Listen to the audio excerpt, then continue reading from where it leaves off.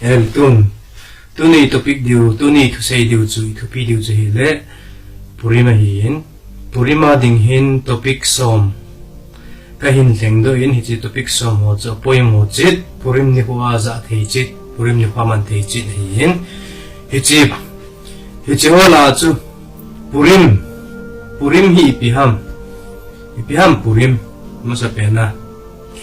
purim hi pur pangi ane ji hin haman ki tipa hi asile khathim lo hin ama hin wang ane ve ji a thazo sia hi tia hi wang ane ve ji ha hi chi ni huwa hi chi tha hi zuda te tha the hi tia ane ve hi adar tha hi an mu an ve na hi le adar tha sunga hi pathinin amai ene ke hi mangsan hi hin ipiji ham itia hi le Megilat Esther abul lama chu khas verosin party abol na zudate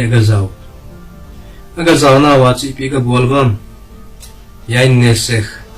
zentel tezu agadonu hicho ji azong chin din hicho chu seyang isei saw hitain sikit da taw hitin abana chalutin aletun Purim hi Yom Kippur sangin alin zoi thing tho zoi akitin ipiham alit zo na ipiham athin tho na chu Purim hi Yom Kippur sanga thing tho zo lin zo hi a hi le ipi ati le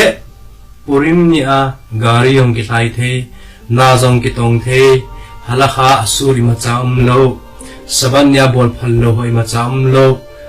Yom Kippur ni a chala bol phal lo dim jing Arhun pallo, dom pallo, ne pallo, thadnai malachot, saban ni thadnai malachot zo si chu pallo hing, Yom Kippur ni ale purim ni a chu hi chu ta banga dan khau chu lo ei chu bol pallo ki ti lo chu ti ala hoilai ta chu thing tho ham ti a hi le a thing tho na chu pi ham Yom Kippur ni a hi Yom Kippur ni in se masang vin Talmud Mesehet Pesachim Azan Pisayam Chetio Elachem Chetio Ela Hashem Teju Ake khat nang ho ading Ake khat pathina ding ala koi do di he teju Yom Tov Zosi chu Ut Zosi chu tia hi le Yom Kippur ni chu Yom Kippur ni a chu ake khat nang ading ake khat pathina ding kiti chu ake khat nang ading ake khat pathina ding kiti chu biham ti le sa tuita na kihun ni ding cha ding don ding tuita ta na kihun rezon na nga hin ale ake khat kit chu pathina ding pa chi biham sa kharit min fa arvid hoita na pray hoita taw na naman kidus na bol hi chu ake khat pathina ding kiti pa chu hin ale tun Yom Kippur ni a chu hi chi ake khat pa chu po hin pathina ding pa bo aki bolin sunithum kein annelo tuidon loin aki kap ni sumin chuwa ki bol ni sumin aki ding ni sumin aki taw ni sun ke ne imacha ki bol lo chu achu ti ala hoilai chu akhechi ye la khem akhechi aki khat na ho ading ti chu hoilang ge tam te chu aki khat hoilang ge ham iti ai ama aki khat chu Purim ni yung ni chu Purim ke khat chu Yom Kippur hintin Yom Kippur kiti chu piham Yom Kippur khaf pa chu la do le chun pur tin he chu Purim tin he chu Kippur chu pitina ham ti le light Purim tin he chu Purim to bang Yom Kippur kiti chu Purim to bang tin hintin Khonu nung ting masya hung ting le chonsit na kiti hi talo ding chonsit na talo ding yetsa hara zo talo ding a hi zi a chu Yom Kippur ni le ipi bol yu ham chimasang chun question do na Yom Kippur hi ki pa ni hu ham da ni hu ham ki te zo question Yom Kippur hi ki pa ni hu hin chi ki pa ni hu chu masya hung ting le ki pa ni hu ngi ding Tulaya Purim iman tabang bungba hi Yom Kippur nang iman diwe chu ake khat nang ho ading ake khat Hashem ading ati pa chu Yom Kippur ni chu Yom Kippur hi ki pa ni hu ham da ni hu ham ki te chu question Yom Kippur hi ki pa ni hu chu masya hung ting le ki pa ni hu ngi ding tulaya Purim iman tabang bungba hi Yom Kippur nang iman diwe chu ake khat nang ho ading ake khat Hashem ading ati pa chu ake khat asema ding pa chu mani hi ni khat hi ding e chu Purim to Yom Kippur hi ni khat hi ding ala tu la ya hi ni chung chuma ni khudang danga ni nia imanu ai wanga chu kuma sang tin ni khat ki gom ding ni khat ki kop ding le chu abona ki pa ni hu hi ding e chu chu wa bon loading ngai dam thum nam loading ipg ham ma se ang ta ja chu chong si no su zo si ki sok thing ding e ta chu ale tun ichin hu le hin Yom Kippur chu thin thon bi ham ta e Purim ka tin asli kha Purim chu thin thon chu Purim hi thin tho wa chu thot nai mala khot no hi to fish lo cha mo hi amo hi na hu tha zo lo ipg ham Yom Kippur na chu an ngol kita na ngol a kisi na na ya hi le pathin na chon sin no ngai na mei the hi na ai wa nga Purim ni a chu ha pa na ki pa a mislok manan hoita na bola megila ni re hoita na ngai sa seuda num ta na sa na ni a zu na do na hi le ki pa ta a Purim na mana hi le Yom Kippura na chonsi na ki sok thing za sa nga Purim nya na chonsi na ki ha sok thing zo hi achu ti ja achu hita banga ni lo pi pathin e koi pi o chonsi sok thing na dinga chance e koi pi advantage e bo pi e pi o Ichin hu lo pi ta chu ong hun di ting le hin setan hin pathin koma iphinji pathin koma pakai ke ni sim no ipikana ham hitia a Michelle te zo si a chon sit na ngai dama vu bang banga a chon sit na sok thing pi a masya akai nai le akai nai thei le du hi le ipi ham ke ni sim no na pan na be ka hitai pension ka chingai tai te chu setani ale pathinin setan koma lungkham hi yen ichin hu ting le hin a Michelle den town a hiding dol ta a hin man lo diu giula a hiding dol ta ain thum lo na ding wa miswa zdon na miswa bi ding he te chu ichin hu ai Hichan ge achu pathinin Yom Kippur e Purim ni lo pia ko te chon si sok thing ding ni hu chan se chu ijiji achi pina bol ham Purim ni le advantage la ding jingka sakhan ki khop ding megila na ngai chai le ina ki le in nang sam simin nang sam 22 long sim te 22 long cha lo the lo na sim ding Yom Kippur e Purim ni te hilim hin den hichichu Esther Malka Esther lengmu jing in no modify e khas veros lengpa masanga galu masanga chu ichi mismor pa hi 22 te hilim 22 asima lu hin ito bang ma chi han no tu lai khuma ichi mismor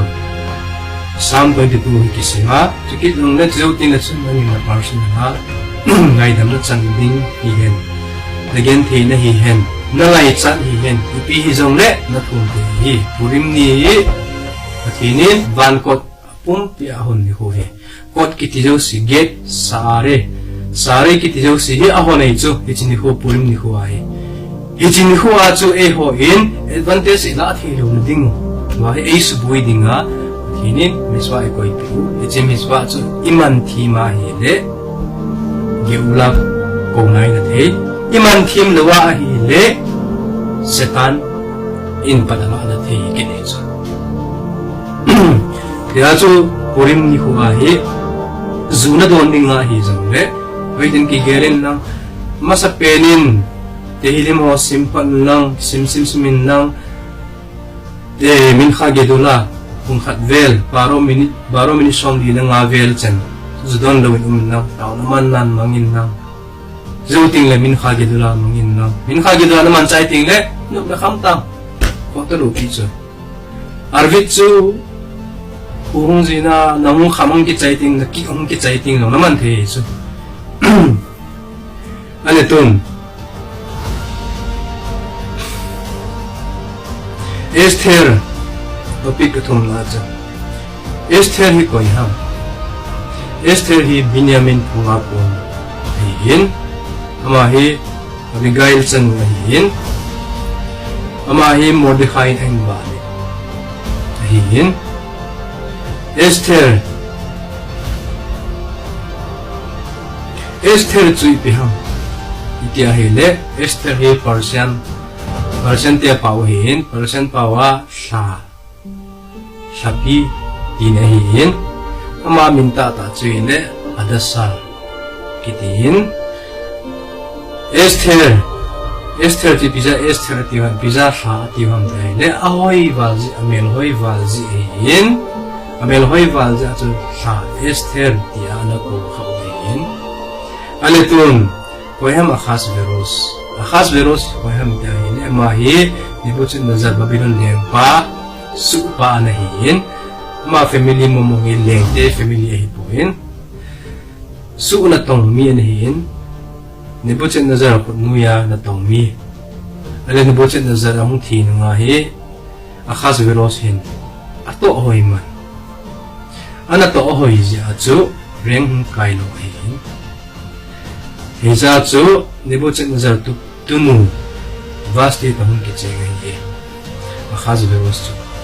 Ahasveros hi ama minta hi Xerxes kitin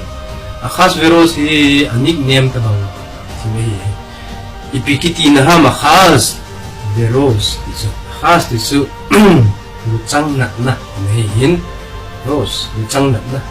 kung tabang Ahasveros minza puwa hili luchang na zing he ako dan chu zia cha min anik name dan diwa Ahasveros ti ana pupi aletun haman chu koy ham ti hili hamani hagagi ama hi Esau te chla ko na hung pi ngayin ama hi Amelech sun le pa ai kinin balani na tanin Esther chi pizza an kingol ham pizza Esther an ngol chu kingol ham itia hi le pizza an kingol ham azing ni ko chu purim ni kuting le ikipadiu pa ikipadiu zuidon diu ikham diu ikipadiu hi ja chu hilphal lo lama hin man lo na ding le setan in ichung wa hilphal lo hin bol lo na dinga setan po wa chu kisu daw pi hin ichi an ingol pau chun setan pawara kuna setan tha dinga kuna hi ekibendo ekipote dai khuti dingja chu an king na hin tuki jang chung nama kuna nang chu tu hapta sung ailo le jing le kisu khading achon sit walja kisu khading achon sit walja damoding chuti ding khuti ding khati ding ti a ki grum sa hita jing jong le nangin tuni ni ku ha an nangola chuwa na bola charity na ti a hi zinga nagin thei thu ding zinga na thil si tu ding pa chu ki cancel dai dai achu ti ji a chu Esther tanin Esther purim masanga an ingol pau chu purim ni khuting le tanin e bolcha thilo na ding ba amasanga an naging masa gen thei thu diu pa thil si tu diu pa chu advance a kitu tabang hitai chu aningol pau chu ichi aningol pau chun azinga ikipadi ni ko pa chu protection ai piu setan tha asu bai chu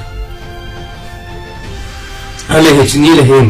tanit Esther ni huwa hi angol ni huwa hi charity yong ki pe chu ichi charity na pi ding pa chu zecher le makhachin hasekel chu zecher tu lai khanga hi tempulum talom zi korban hom talom za chu zecher ha ki pin din zecher na ti de makhachit hasekel na ti din zecher na ti te te ngai ta chu zecher le makhachit hasekel chu tanin Esther ni huwa na pi ding na pi ale hoi di set aji ti pi ham an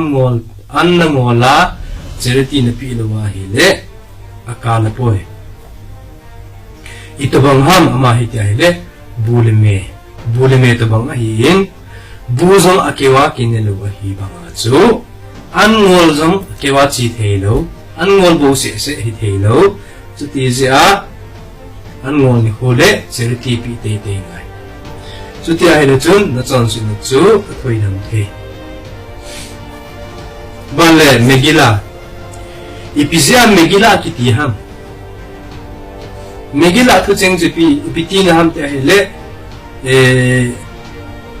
hunki hongdo tin he chu thila ki selgu pa chu hunki phungdo ki phungdo tina hin ipi ki phung do ham itia hi le megila sunga hi pathin min azau ko in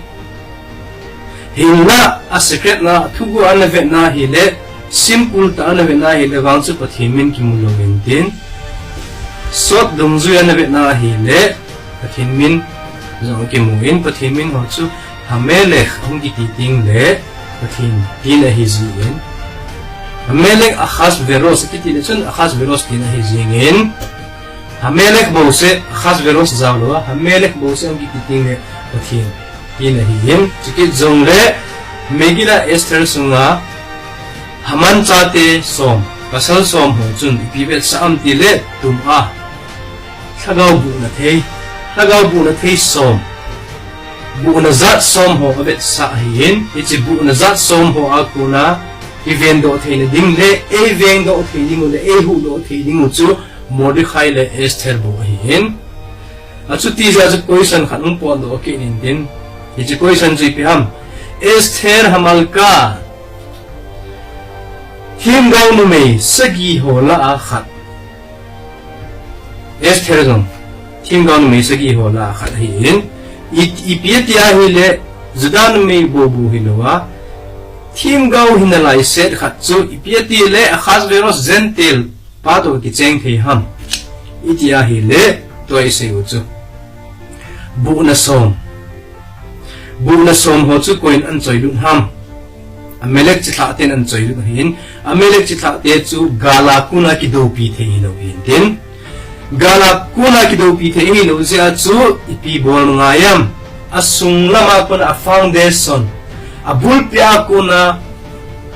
azunga kuna bodo ngayin tin azunga kuna bodo angay na dinga chu hoya pansat ngayam iti ay le akhas veros insung lengpa insunga kuna pansat ngayin tin achu tina dinga chu lengpa insunga galut ay ding chu koy ham Esther bo chu Esther bo galut ay ding tina hin adang ho hi 11 na tulong din siya chu Esther tumasom ho inbot sa theidim azunga inbot do theidim choi ham Mordecai le Esther bo hin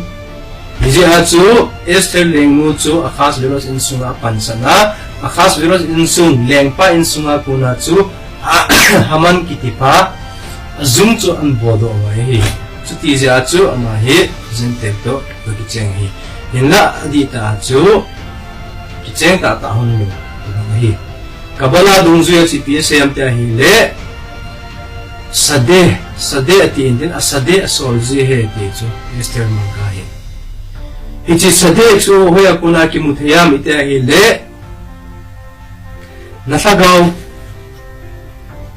nasagaw gatin navantil na solving tin hi chu hichi navantil na solving na chu sem hame foras pathin min som sagi hichi o hi a secret pa na het angain hichi a secret pa chan het nai le imadu sin na bol the mi hin lo na sem thu the imadu sin na bol the hin hichu ahil chen na dingin Adam Harrison le Adam Harrison hilo Abraham Isaac Yaakov ve David amo cheng hin ni chahara nei po ve kiti chu ipiatia helen mihim hingal nga no ba yacha hara nei lo ham itia hele yacha hara kiti chipi ham bathinin mi khat chun chonsit ding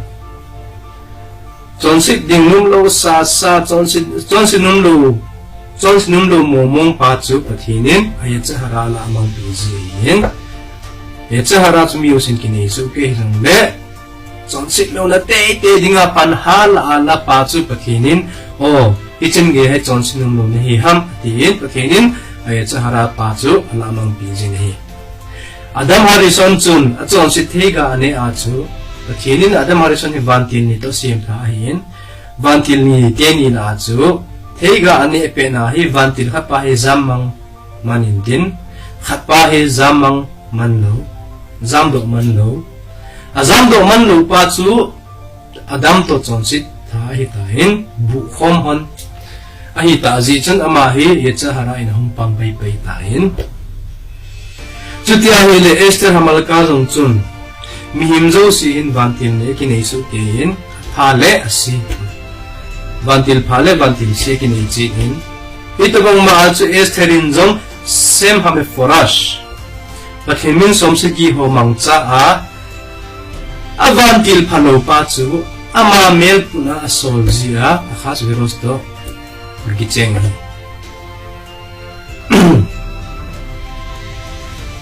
ale tun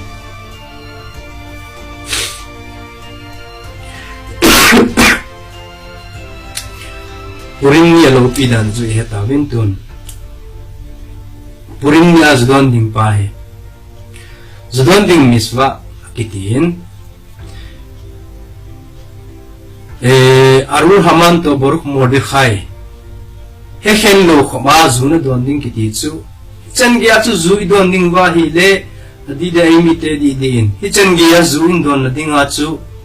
super sala zu kizu zu si chu acha nga in din chu ti a he chun ichini khu az don ding dan chu itawa don ding ham rambam dung zu ya chu zuna dona nalu ahung ki peya nalu chang ahung gi a nei mun ahung su chu mi pa buri nei tai te chu zuna khama na im ahung su a hi le imuin nang mi pa buri nei je itu isai bang wa chu zuna don za min khan mis ding ki nei lo enjoy sei ta bang wa chu min kha ge dula baro le minit som li nga min kha pa le ki man ding sau tin le zu de dan tan dan de dan tan sa nen nang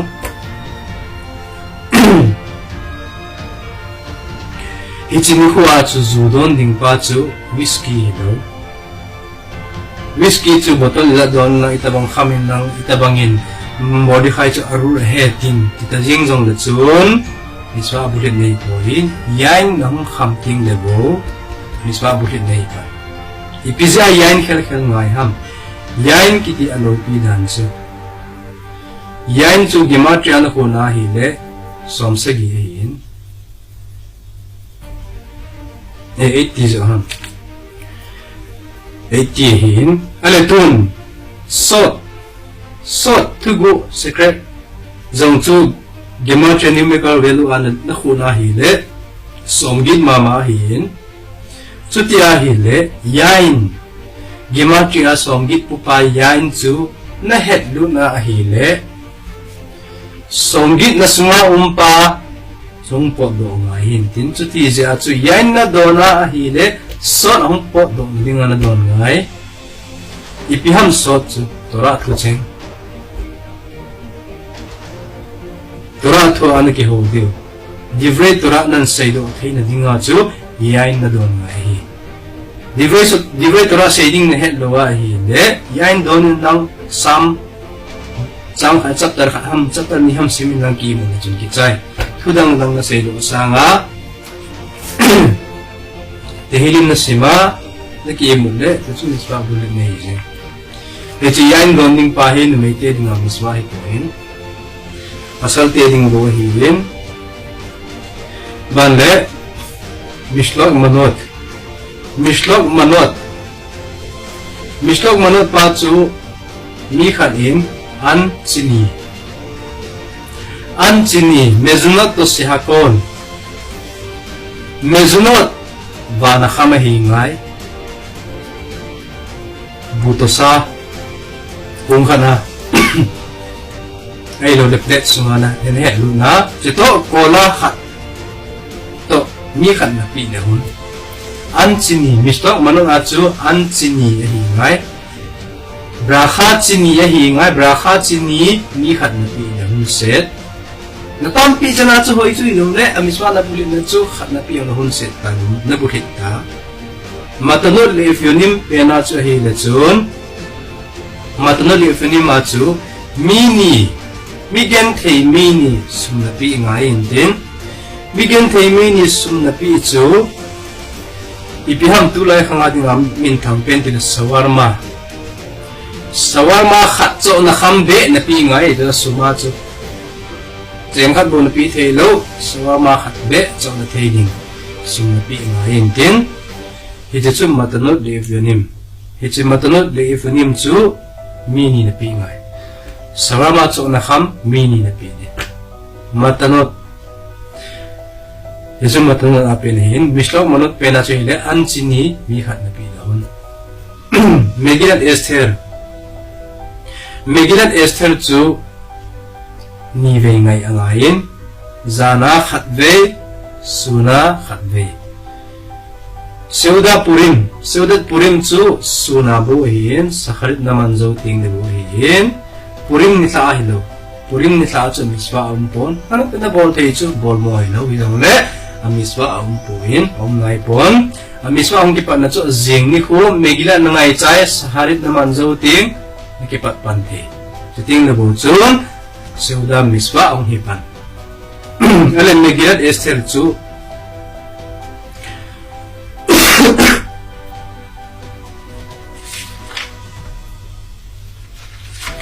Yosua kulbang ina hub no si sunga hi Megilat Esther chu susan purim niyo na kisimkit din abraha puma kisimkit hichi Yosua kulbang ina hub tha kiti ho chu safek ginmo chu pihang hoilai khu ham te ahile ako Yafo banle Askelon banle Haifa icho cheng hi banle Betsan zong hi khului khat hi ta ya chi pi ham te le ako sungai thilui ta Yosua te khamla ya inan kisaho rom te ha la ya inan kisaho amu do ji chu ginmo mahin hi je chu susan purim ni khu ako Yafo Tel Aviv Haifa Betsan hichi khosunga dungan kahile Megila na tha simkit angayin hinda mo he safek hi ta ja chu bra khabeya sindingin din akichi sen na chu tun Jerusalem hin ale tu nang chu safat mi nei tai na malot mi nei tai malon ho chu mukefet khoma hilo chu mukefet khoma hilo ja chu ipititam purim naman malung purim ta padan man zawa chu azinga susan purim chu Jerusalem anagachi chu Megilat Esther ngai te ngayam tilan ngai te ngai lo brakha na sei thelo brakha pumana ngai lo brakha be yamana ka ngai the hinla ipiaki dipenam te hele brakha pumana ka simthina dinga chu Jerusalem brakha puma susan purim ni le Megilat Esther brakha pumana ka simthina dinga chu jingka khowa masang amut hasa khar masanga Jerusalem nan umahi ngain din amut hasa khar masanga Jerusalem na umangain chutia hile Jerusalem chu susan purim ni le brakha puma Megilat Esther na ngai din chuti lawa sununga pungsom nunga Jerusalem nagachia susan purim niya nagachia hile lo khaya te hilo ngai talo ale tun ichi purim ni huwa chu unjai se bang wa chu purim ni hu chu geula ko ngai the ni ku hinten chu ki jong le adar sheni tu ko ma ding adar sheni hi adar rishon chu Ephraim mo sa hinten adar sheni hi thunga dinga Menase sa hinten adar sheni hi mazal anei lo hinten mazal chu pem tile pa chung ge poin mazal chu pem tile stop piham avet jio na ichi ho khu hinten mazal nei lo ji achama mazal chu pem tile above nature hin nature chung chona tin hin nature chung chona ti chu pem nang ma chon dang dung zuya hil kisulang dang thei tin hin Sija chu bini Menase ten adar sheni sunga hi paniha la uwa taw naman na iha bolwa taw na iha manwa puri mahiding dol ta inwa hinde giula in kainai thiding chu ihok na umahin ihok na king umahin azi chu piham tia hele benem na se te khona king ang azi chu piham eo in shin sei thelo hi shin sei thelo zi wa chu shin sei thelo de hi masya hong ting le pathirin automatic ai kam sungwa shin sei thelo in ti hi gen shin chu ki gyal de lawai seva hele mi la in sei thelo salom iti ji hin oi ta hangi gyal lo to shalom kitina si jong de ki gyal de lawai sei ting le shin pa chu sin ti na gi sei lo jin hi chi pa chu automatic a masya hong til automatic ai sei thelo ding pathini kam sungwa ne pe di din hin lai oi sei thelo sa if sidur ho jong sim thing lo sa sai sim wa ipisi ham patin ingai lu jewa chu sei thelo sa bol thelo sa i bol ham i bol tin ten pau chu i bol tin ten pau chu pathini ain mu ting le patin lung lai a koi ji din pathinin jeting chun masya komaya la masya chitan newai kaputan te ali masya hung ki phinji yen pibanga mi chon site raw ipi ka bol ding ham ipiga ka bolding ken mi chon se te la ipi khota ki su bu di ham tia se ting le pathinin zong inge na se chu di e he ji chun mena se ten taw na u ji a chu pathin lung lai ko hin tin pathin lung lai ko ja chu mi him te chong se na pa chu purim ni na asok thing pi ji hin tin asok thing tin na chu ya la masya asok thing ta chu la asok thing na dia asok thing ta chu la chi tang le ya masya ang sol ba ning tin hin tin a ji chu pi ham e ho hin tawan mang thelo sa hebrew sim thelo sa pathin gel kho lu sa palinga overhead which lai ta chung pathin lung lai ko kha ji pathin lung ala ji ya je ho khona ki moment tin lim chu hiding do in ro tin tin zong which the vipra is say te jang bin nang ban le benim na se te jang ya in bo lo le ke una hu bo lo dingin